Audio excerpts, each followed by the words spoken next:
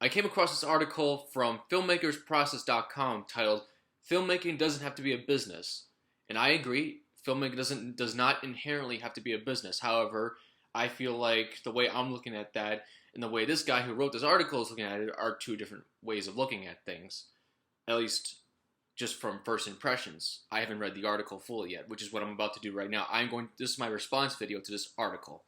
So, this writer starts off with, there's a universally held belief in the world of filmmaking. It's that film has to be treated as a business, and to treat it as anything else would be foolish. Now, I'm just gonna something I forgot to mention was that I am not going to be showing pictures from the article. This is more of a listening video. Even though it is a video, you don't have to like look at it because it's mainly me narrating, so it could be a podcast almost. But yeah, so anyway, so he says universally held belief. I'm not really sure if that's the case though. I mean, sure, there's people out there who would agree with me, but usually I find it to be the opposite. I don't usually find this train of thought to be universal. Usually I'm finding people who are more focused on the film making aspects themselves and the art and all this stuff, and not thinking about marketing or thinking about business aspects, you know. And to me, I disagree. And I disagree as of right now with this article, but then again, I have not really fully delved into it yet, so I'm not going to waste any more time. I'm just going to continue reading on. Well, in this post, I'm going to call bullshit and give everyone a new way to think about filmmaking in 2016 and beyond. Okay. First off, before folks start coming on after me with torches and pitchforks, I'm not saying that filmmaking shouldn't be a business or can't be a business. Well, we agree there.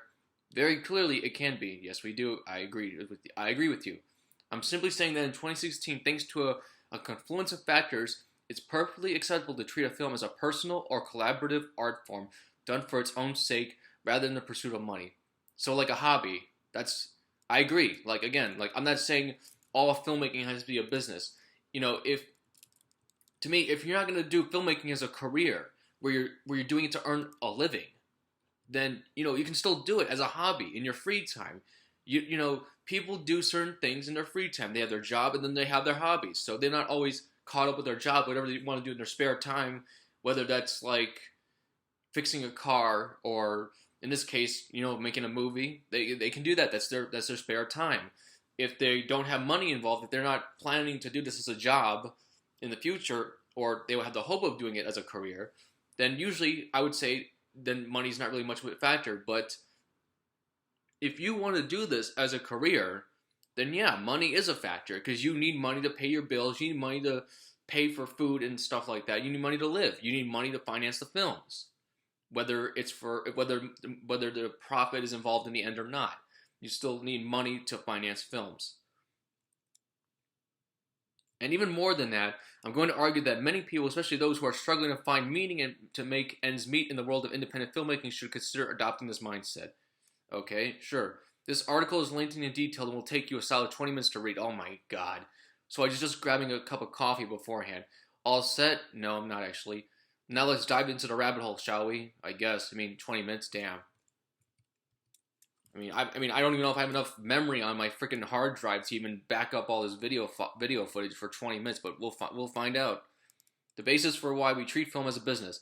Let's start with a little basic historical perspective. At this point, the moving picture medium has been around for roughly 120 years. Wow, it's been 120 years already? For a solid 110 of those years, making a feature film and getting in front of a sizable audience were extremely expensive propositions. Yes, it was. You had to get investors involved from either a studio or independently. The investors' money was then funneled into a filmmaking process that was inherently expensive. Yes, true. From the film stock, yes, film stock can definitely be expensive. The cost can add up over time. And lab costs to camera and equipment rentals. From hiring specialized crew to the myriad costs of post-producing a film, every piece of the process came with expenses that very few people would be able to afford without that upfront investment. You then had to ensure that your investors were satisfied with your finished product so that they could shepherd it off to distribution companies who would then bring it to market on expensive 35mm prints shipped right to your local theaters. And then hopefully after all that hard work and some equally expensive marketing campaigns, Audiences would flock to see the film. Everyone involved would make their money back and then some.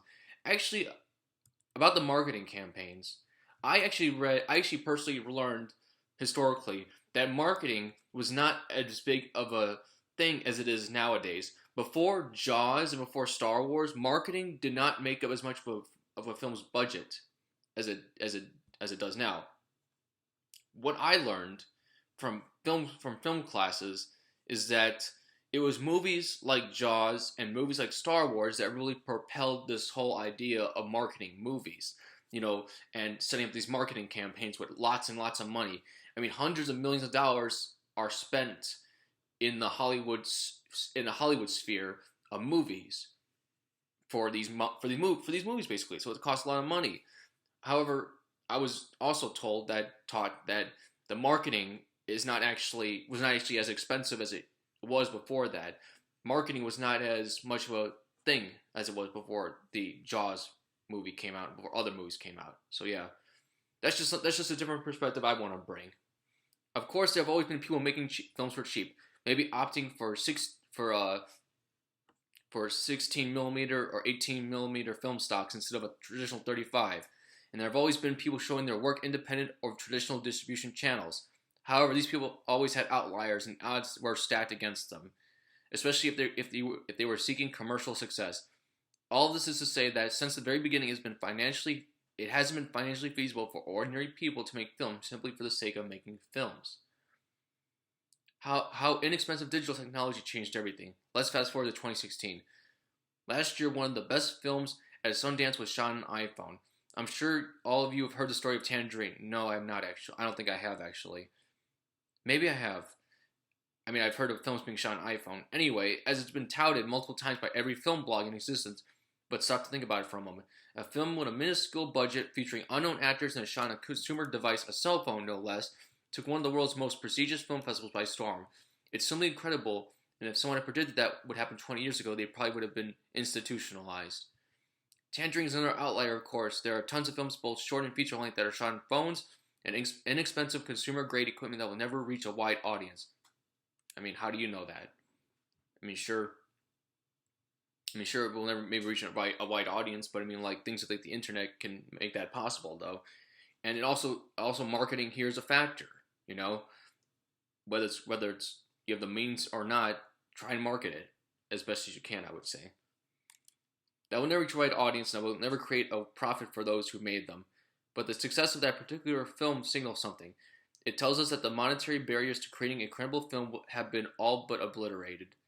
I agree. There are ways now of making a film and cutting back on your budgets that it's just possible nowadays.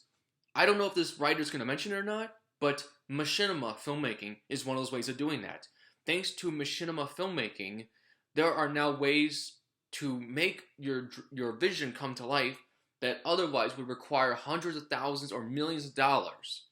But thanks to Machinima filmmaking, you don't have to spend all that money. You can do it basically for free. And by machine, like I'm talking about Halo Machinima, Grand Theft Auto Machinima, World of Warcraft Machinima, The Sims Machinima, or just creating a machinima from the ground up using some consumer available software like Unreal Engine 4 and Maya. I mean, that's going to cost you some money, but it's going to cost you hundreds of thousands of dollars if you're willing to put the time and the effort into it. So I just want to point that out as well. For those of you who this may sound interesting to you, I would recommend and suggest looking more into Machinima filmmaking. Google Machinima filmmaking, Bing it. Look at all these different articles. Look at the Wikipedia links and stuff like that. Look at examples on YouTube or elsewhere of Machinima filmmaking. And I think some of it is really good. And I agree that Machinima and this iPhone example here, there's ways now that you can make films which 20 years ago would not have been possible. So I got to give it to him for mentioning that. That is true. The result is that pretty much anybody who feels so inclined, regardless of who they are, where they live, or how much money they have, can make a film. In 2016, the once exclusive world of quality filmmaking is both accessible and affordable to everyone. Yes, I agree. I actually watched a short film on an iPhone, and it was shot in 4K, and it was really well done. It was really well done. I will agree. It was. I would say part of the reason this writer might mention this, but part of the reason that the iPhone film maybe did so well is because the camera operator of that iPhone knew what he was doing.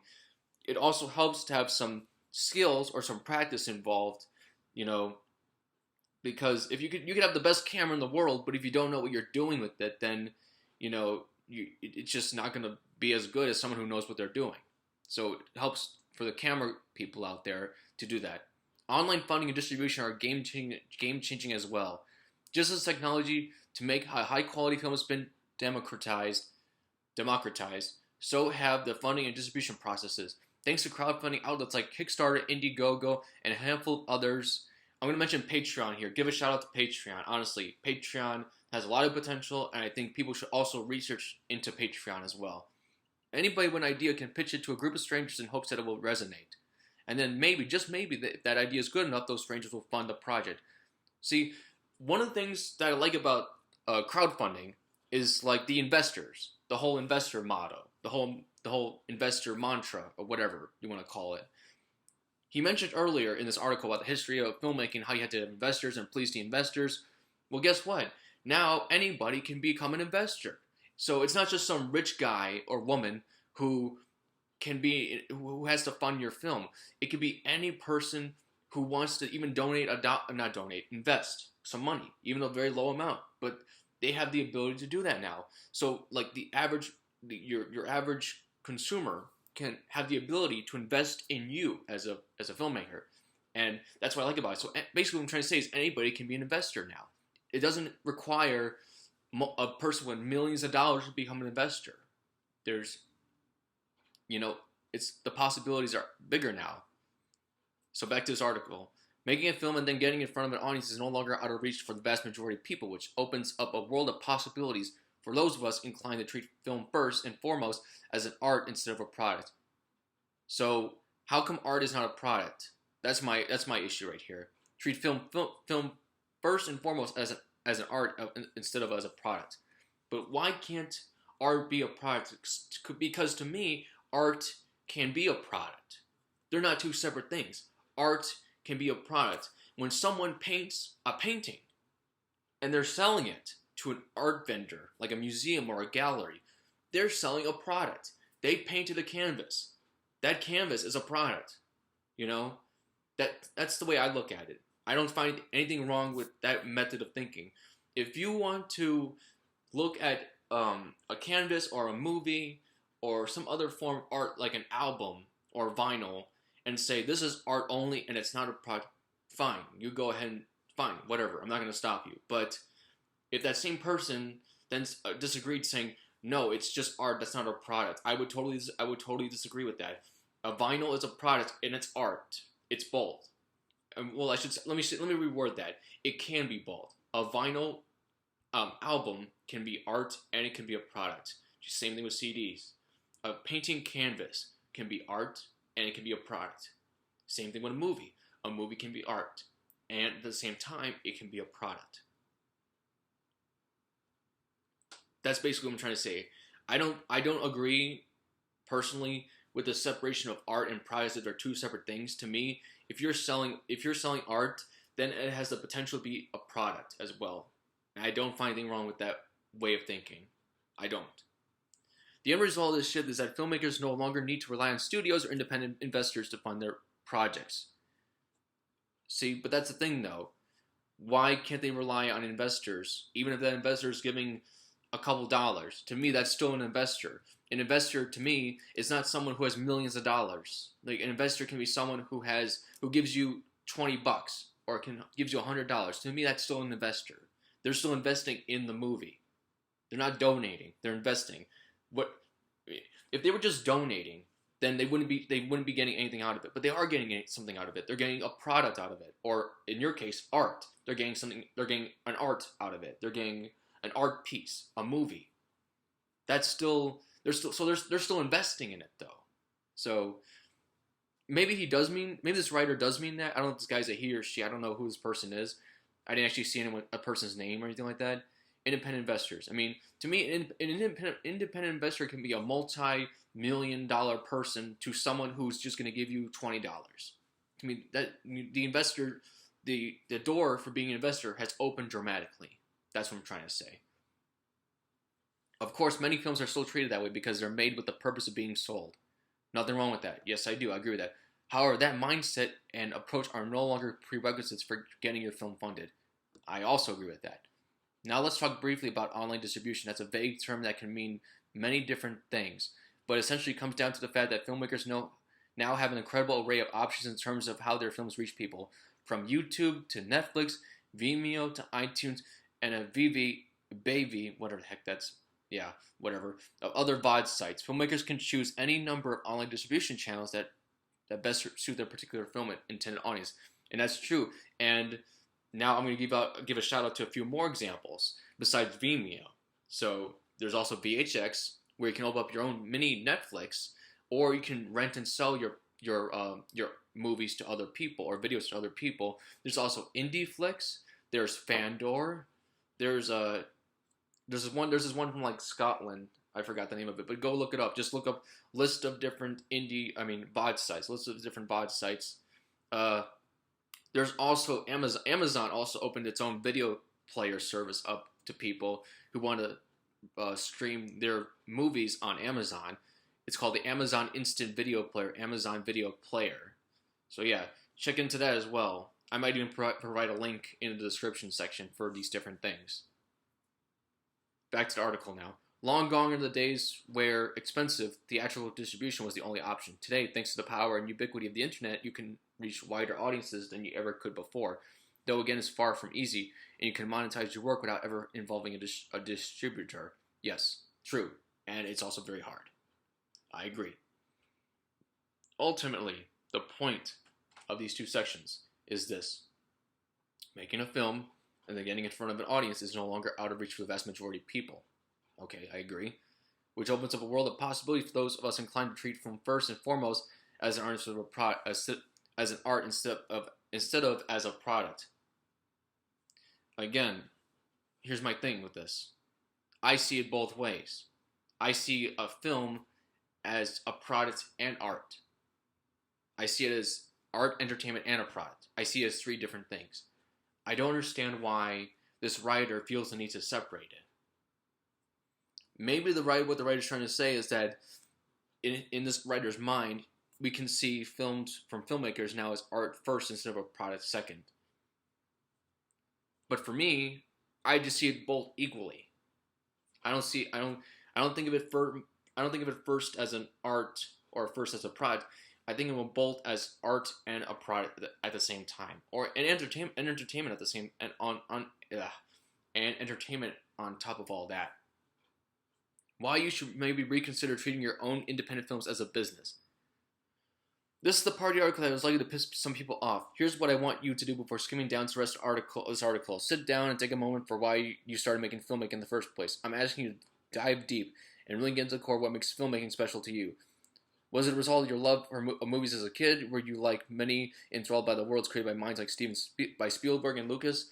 I like to also point out those guys are businessmen as well. Did you inherently know, without any doubt whatsoever, this is how you want to spend your life creating and playing in new worlds? And if you want to do that for a living, I say you have to think of it like a business. Or did you come to film at another point in your life, perhaps migrating to filmmaking after being heavily involved with another artistic medium such as photography or literary writing, which can also be treated as products, by the way. Photography can be treated as a product. Literary writing, like books, can also be treated as a product and as an art. Both of those can also be treated as art. They can both be equally the same. I don't understand why you have to separate. Maybe you're not separating, maybe you're thinking of them both the same way, but you're putting more of emphasis on art, which is cool with me. Yeah. Really sit down and think about it. Then ask yourself these simple follow-up questions. Does the reality of what it takes to make a living as a filmmaker align with why you stayed in making films in the first place? I think so. Is the magic still there, or are you just going through the motions without any overarching sense of purpose for why you're still working at it? The magic's still there, but I'm definitely having issues. There are times where I'm definitely frustrated, I'm definitely stressed out. But part of that is also because I'm just terrible at time management. I'm terrible with organization. And I believe that if I become better at time management, become better organization skills, then I would be more efficient and more productive in creating productions. Those are immensely difficult questions, and I agree they are. So I'll let you think about it for a bit. In the meantime, here's a bit more information about me, which should help you understand why I feel this article and the difficult thought exercises I just asked you to do are extremely important. My story, why I'm choosing to no longer treat film as a business. For me, it all started because I enjoyed watching movies in high school. I never had any intention or desire to learn until I headed off to college, at which point I took an introductory film class out of curiosity. From one day, I was hooked. The process was mysterious and magical to me. I wanted to immerse myself in it as much as I possibly could. Over time, my love of film grew as I exposed to new work, and ultimately I started focusing my attention on smaller foreign films and art films and even experimental films. That's actually something that happened to me. I'm in film school right now, and I started focusing more of my attention in different ways. Like first, I went into like a film video production school with the intention of just making films. But something similar happened to me here with this guy. Like, I'm also more focused now on television production as well. I never considered television production. I'm also more focused on indie filmmaking. I never really considered indie filmmaking. Foreign films, I already knew about foreign films before I went to film school. I was watching them in high school and I really liked them. Smaller films, I watched them from time to time, but it was definitely interesting, like seeing them at work in college as well. Experimental films, I haven't really gotten much of a use to that. Art films, experimental and art films, I haven't really had much, I guess, access to that in film school, maybe. Maybe not, maybe it's just the wrong classes I was taking, but at my internship, I have gotten experiences to different types of documentary style and different types of filmmaking as well. At my current internship that I'm doing right now, I'm doing an internship for marketing and for sales of DVDs and movies in general. So it's actually very interesting watching different types of movies, and yeah, I just find it to be really cool. Instead of Spielberg and Lucas, my heart belonged to Tarkovsky, Malik, and Bakaj. I'm sorry if I butchered those names, but yeah. Yes, indeed, I became a film snob. Oh, goody. Deeply entwined with esoteric films that most people find boring and tedious. I didn't care, however, because for the first time, I began to experience just how powerful film could be. I began to realize that film could convey great big ideas, important ideas, and it could move audiences beyond what any other medium could accomplish. What about video games? As I continued my education, before I continued, yeah, beyond what any other medium could accomplish. What about video games? Sure, I'm just curious because, like, I'm wondering why he doesn't think that. Because I think video games have a lot of potential, and the one thing that video games have over any other art medium and entertainment medium is that it's more interactive. I'm not saying that film is not interactive, but like you can control an avatar or a player. So I'm kind of curious to see what his thoughts are on that, like, and why film is still more moving to an audience. But anyway, as I continued my education, I worked on many projects. The goal was to get as much experience as possible under my belt so that I could start working my way towards becoming an esteemed cinematographer, shooting dramatic, character-driven features and television shows for a living. That was the dream, and I was edging my way towards it. Over time, however, something weird began to happen. I started questioning the thought of a career in the film industry, and I began dreading it. I didn't care about most of the projects I was working on, and the process itself started feeling like a tedious, unnecessary slog. The 14 hours, days on set that I once had been extremely excited about became a chore and sometimes even a burden. That's how it is sometimes, dude. Like, I've been there too. I know what it's like. I've been on sets all day long. I know that feeling. I really do. Eventually, I stopped participating in student films. Paid projects soon followed as I was making a living as a writer. Hey, that's not a bad idea either. I've considered that myself, or considered it being part of my thing. For about a year afterwards, I contemplated just giving up on film. The thought of pursuing any kind of career in the film industry, working tirelessly on meaningless projects with people I didn't particularly like, weighed heavily on me. I can sort of relate to that, but I'm gonna see where he's going with this first. Then I remember the period of time which I was passionate about film. These were the times where I was not only enthralled by the possibilities of film as an artistic medium, but the times in which I deeply enjoyed the filmmaking process for its own sake. What if I could return to that state? I thought, how would I do it? And ultimately, I came to that conclusion. That I wanted to spend my life making interesting, unique films that have something important to say, and I want to work on those films with people that I genuinely like. In order for that to become a viable and sustainable reality, I thought the business of film would have to be removed from the equation. I had to make my living doing something else, then funnel money and time back into the process of making films without expecting them to pay me back. So basically, doing it as a hobby, just as what I thought earlier. Not just as what I thought earlier. Let me reword that. As what I said earlier, like you can still do filmmaking, but like if you're not gonna do it for as a living, then it becomes more of a hobby or a paid hobby. Not exactly the traditional way of going about it, but I'm confident that this approach will lead to a more fulfilling life and a body of work that I can be proud of. And so here I am running a website dedicated to one of the things I love most in this world, filmmaking, while having no real intention of ever participating in the film industry again. I mean, that's fine, dude. That's fine. Treating filmmaking as a business stifles creativity. I don't exactly agree with that, but let's see where he's going with this. Now that you know a little bit more about where I'm coming from, let's get back to those difficult questions that I had to ask you earlier. Have you thought about the answers? If not, these next 3 sections of the article will push you to decide, oh my god, whether you should treat film as a business. Let me ask you another question. Do you consider creativity to be an integral part of who you are as a person? Somewhat, yes. Yes, I do. On a scale of agree or disagree, I'm at agree and somewhat agree. I mean, that's kind of like a lot to just throw out there at a person, don't you think? You probably know that, but yeah, whatever. I know that I do, and I know that treating film as a business is largely antithetical to pure expression. No, it's not. I disagree. If you're the head of your own business, you're in charge, and therefore it's not antithetical to pure expression, because if you're the director and you're the head of your own movie, and if you don't have to, and if you're not having interference with anybody else, investor-wise or large investor-wise, I should say, or studio-wise or something like that, I honestly disagree. You can make a movie for pure expression, and you can still treat it as a business. So I honestly disagree with that. I want to spend my life making interesting, unique films that have something important to say. I don't want to work on those films with people I genuinely like. And I agree, too. I think that was part of the reason why I've been having some issues getting back into it. Because when I started making films, I was doing it with people who... I felt like I had more support, is what I'm trying to say. And now that I feel like I'm more on my own right now. And I feel like that's part of the issue for me, personally.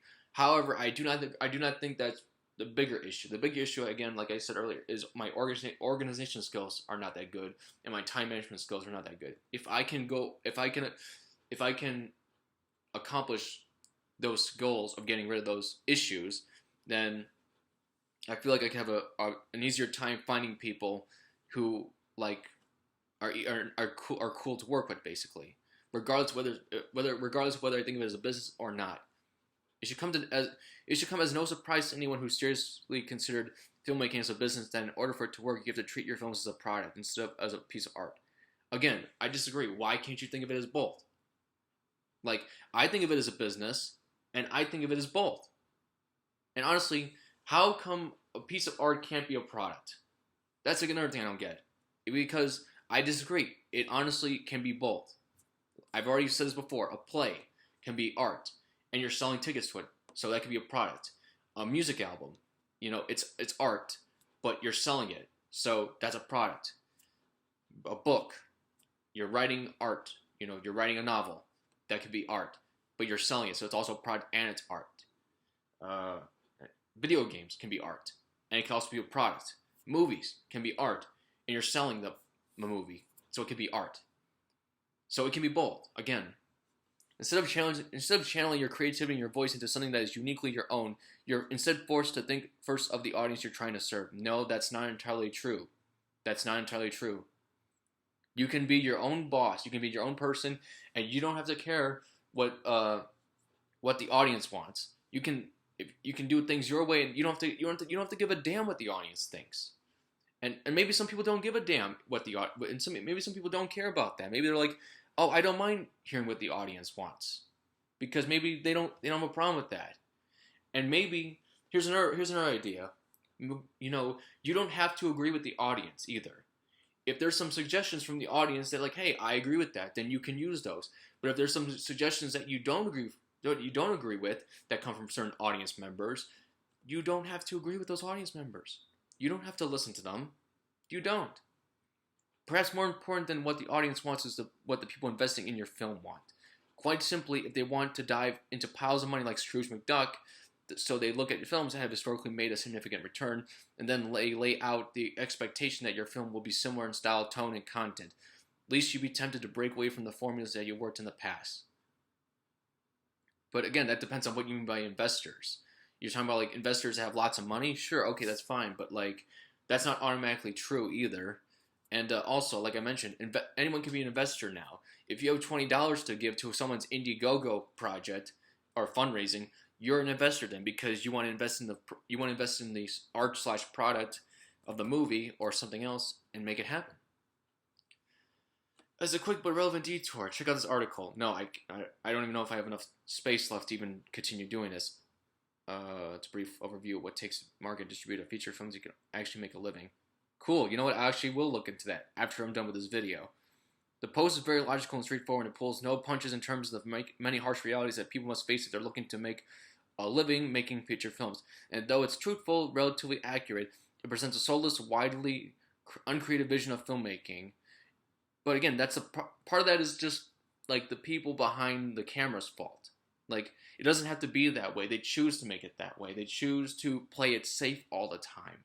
And you know, it is getting a little bit ridiculous now. I will say, some of these films that are coming out recently, I understand having a safety net. I get it. You want to play it safe. I get it. But sometimes there's times though where you should be taking a risk. Whether you think of it as a business or not, there are times where you should be taking a risk and being more creative and being more innovative. Innovation did not happen because people were like, oh, I'm going to play it safe and not do anything risky. That's not how innovation happened. Innovation happened because people took risks. They took chances. So I agree with you. I think the major motion picture studios are sometimes playing it way too safe for their own good. It's an existence in which you are constantly beholden to your investors and your audience instead of to your ideas and your creative intuition. No thanks. Again, I don't agree with that. For some people, that's true. For people like George Lucas and Peter Jackson, obviously that it wasn't true. It obviously wasn't true for Peter Jackson when it came to making The Hobbit. And it wasn't true to George Lucas for his own vision as well. So it's possible. You make it sound like it's entirely impossible. And I mean, look, you got investors. They want to have their vision seen too. And they're paying money. So why is it not like an unfair thing? Also, those investors, I just mentioned how investors can come with either $100 million or $20.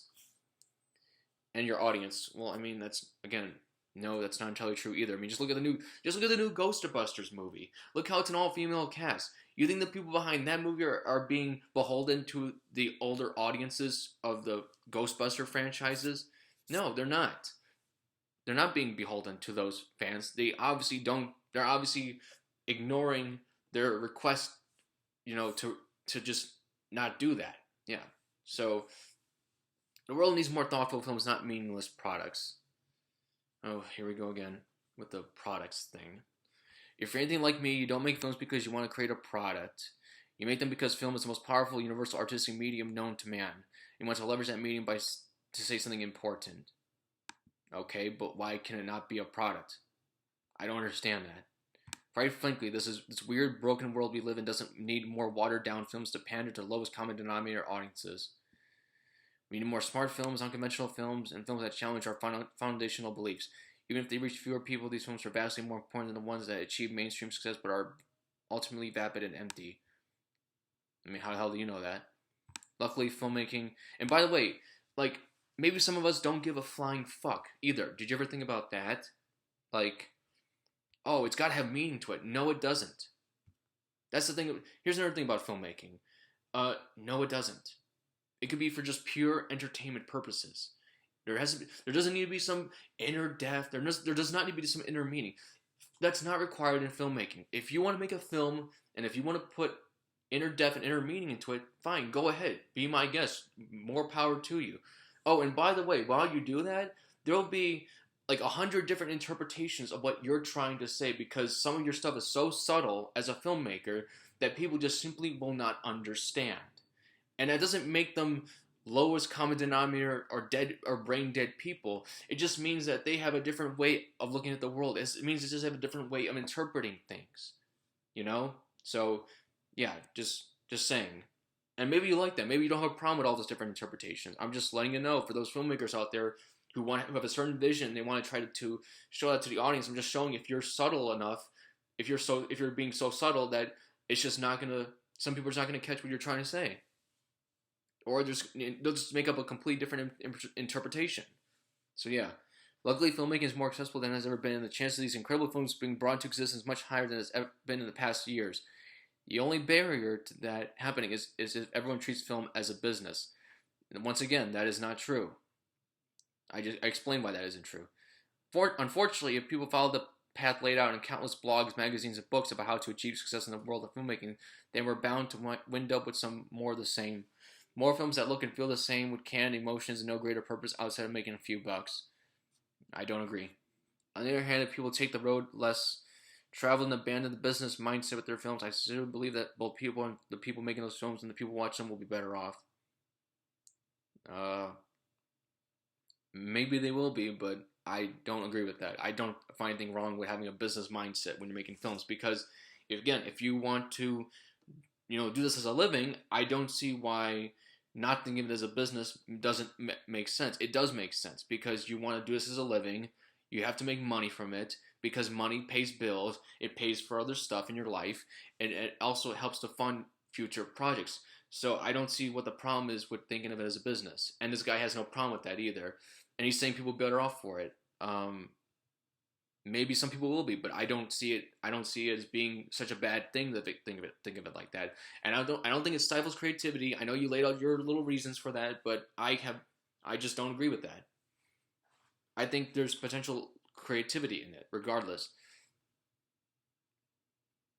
It's a hunch, but when it comes from the belief that art is one of the most powerful forces in the world, if you agree with that sentiment, then I think the choice is clear in regards to which path you should follow. Yeah, I'm going to follow the business mindset for right now. Maybe I'll change in the future, but I mean, I don't see what's so bad about it. You make it sound like this terrible thing, but I don't agree with that. Independent filmmaking is a viable business for most people anyway. That's putting it gently. Yeah, that's pretty much true right now. Despite what you may hear in the wide world of film blogs, independent filmmaking is a shitty business, plain and simple. Yes, it is. Let's be honest here. For every uplifting story about a successful independent feature being picked up by a major distributor, there are probably 100 feature films of similar quality that would fail to see on a widescreen scale or turn a profit. In addition to those 100 excellent films, there are probably 1,000 mediocre or poor films that also crash and burn in terms of finding an audience making their money back. And the truth of the matter is that independent film market is growing more and more saturated every year thanks to those advances in technology we talked about earlier. More people are making independent films these days, yet demand isn't really growing at all that much.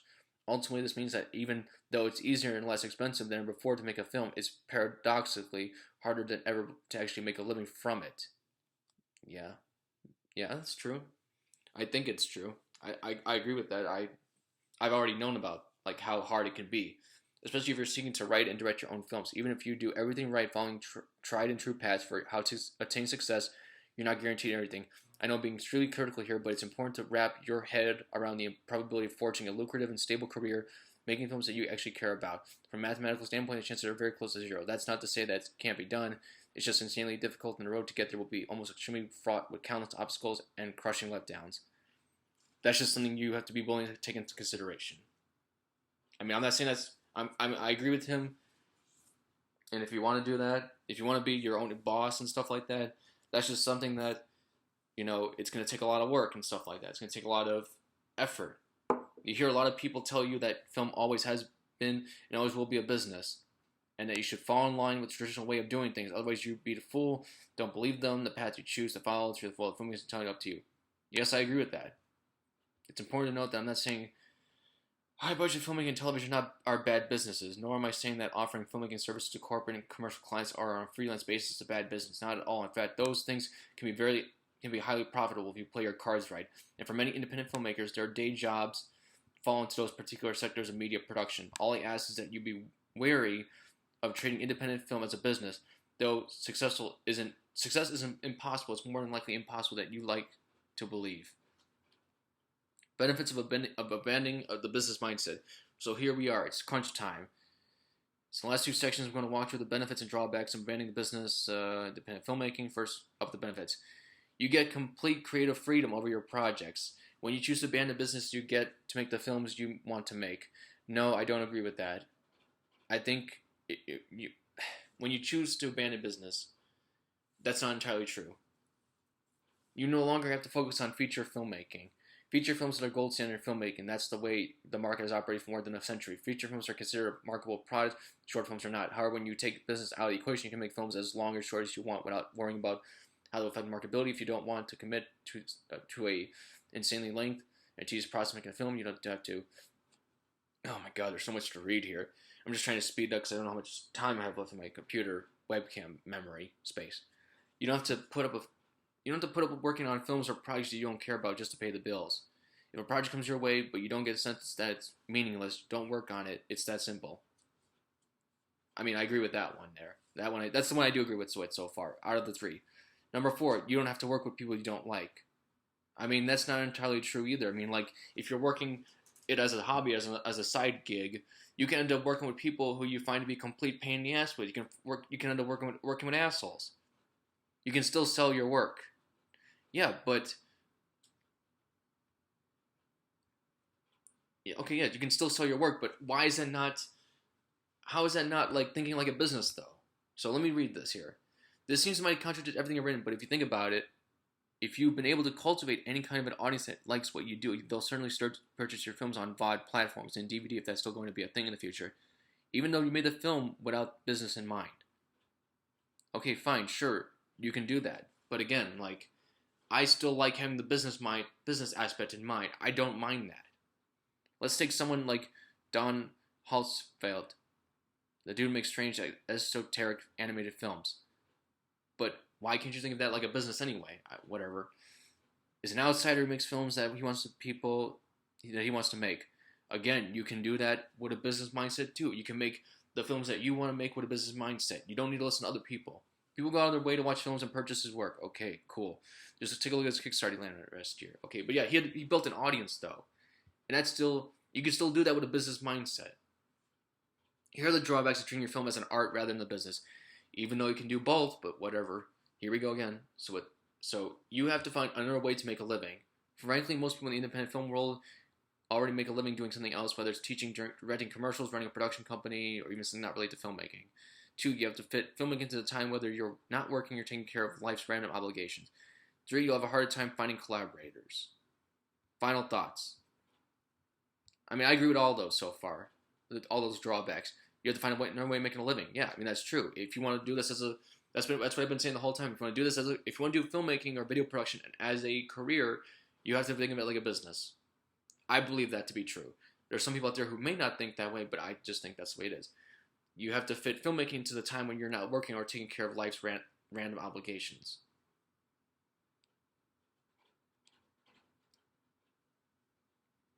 Yeah, so, and again, that comes down to finding time to do that stuff, yeah. You have a hard time finding collaborators. There are lots of people out there who are immensely talented but who have no interest in working for free, even if the project is interesting and creatively fulfilling. When you abandon the business mindset, you essentially lose access to these people, which is a big bummer. There are plenty of people who are generally love filmmaking want to work on great projects though, so don't worry about not being able to find anybody to help. In fact, I'm writing a book on that very topic right now, which will tell you how to find those people. Final thoughts. If there's one thing that I would like people to take away from this article, it's that filmmaking means different things to different people, and there's no single path through the world of filmmaking that fits everyone. I agree. Far too often I see people criticize and scold when asking for unpaid help on their passion projects. I mean, why? Okay, I mean, that happens though. Like if I had postings up for a film I'm working on, and I'm saying it's going to be unpaid, and some people complain to me, "Oh, I'm not going to work for you unpaid." You know, I'm going to be like, "Okay, fine, I'll go look for someone else then, or I'll do it." You know, I don't understand why that. I mean, I see people criticized and scolded for unpaid help. I mean, why is that not unexpected, or why is that surprising to you? Or maybe it is unsurprising, or I don't know. I don't know where you're going with that, but that's not unsurprising to me. There's going to be people who are going to be genuinely upset if people are saying, "Oh, the work's gonna be unpaid." I'm like, no, I'm not gonna. Like some people just like that. There's gonna be like, I'm not going to work for you for free. That's just the way it is, dude. In a world where filmmaking has to be treated as a business, perhaps that criticism makes sense. However, as I hoped I've explained in this article, that's not much in the world. That's not the world in which we live in. Not even close. So if you're a great filmmaker, or I'm sorry, if you're a filmmaker who treats every aspect of the process as a business, that's great and best luck to you. Cool. But please be open and accepting of the people who treat film as something else. I do. I am open to that. I've explained how I am open to that already. And if I haven't explained it enough, then I'm going to say this. There are other ways of looking at filmmaking, and I totally agree. You can look at it as a hobby. You can look at it as a paid hobby or just some kind of thing you want to do for fun, you know, and not have to worry about the money or something like that. You know, that's totally up to you. That's totally up to you. You know, there's different ways of looking at filmmaking, and I'm totally fine with those different ways of looking at it. The problems I have so far with this article are some of his arguments. I don't find his arguments to be 100% accurate, and that's the main issues I've had with some of these with the article is that stuff. Oh my goodness, so much reading out loud. If you're a young filmmaker or someone who's passionate about the art form but cynical about the state of the industry, don't fret. You'll hear a lot of people tell you that film has been and always will be a business, and that you should fall in line with the traditional way of doing things. Otherwise, you'd be a fool. I already read that. What are you doing? Why are you bringing that up to me again? I already read that earlier. Don't believe them. The path you choose to follow through the world of filmmaking is entirely up to you. And I agree with that. Although I don't understand why you have to bring that up again. You had it earlier in big black letters that were bold, and now you just copy and paste it again. And yeah. You still have to make a living in this world, and there are many ways you can accomplish that, both in the film industry and in areas adjacent to the film industry, like video commercial production. However, there are also plenty of ways to make a living that will get you more free time and more capital to fund into films that you care about. In the end, if you really care about making films, you will do it regardless of whether or not it's a business. I agree with that too. And for some people, they just need the fire in their belly to get them started and ramped up to be able to do that. But yeah, so basically, people, that concludes this video. Holy crap, over almost freaking 50 minutes. Well, he did say it was gonna take a long time, and it took 20 minutes to probably read that article. Yes, indeed. And but yeah, so I'm done now. So I will probably make if depending on how the reaction to this response video is, I will make a follow-up video, like responding to some of the comments. But for now, that concludes this video. And before my computer gives way because I might not have enough memory, I'm going to say goodbye.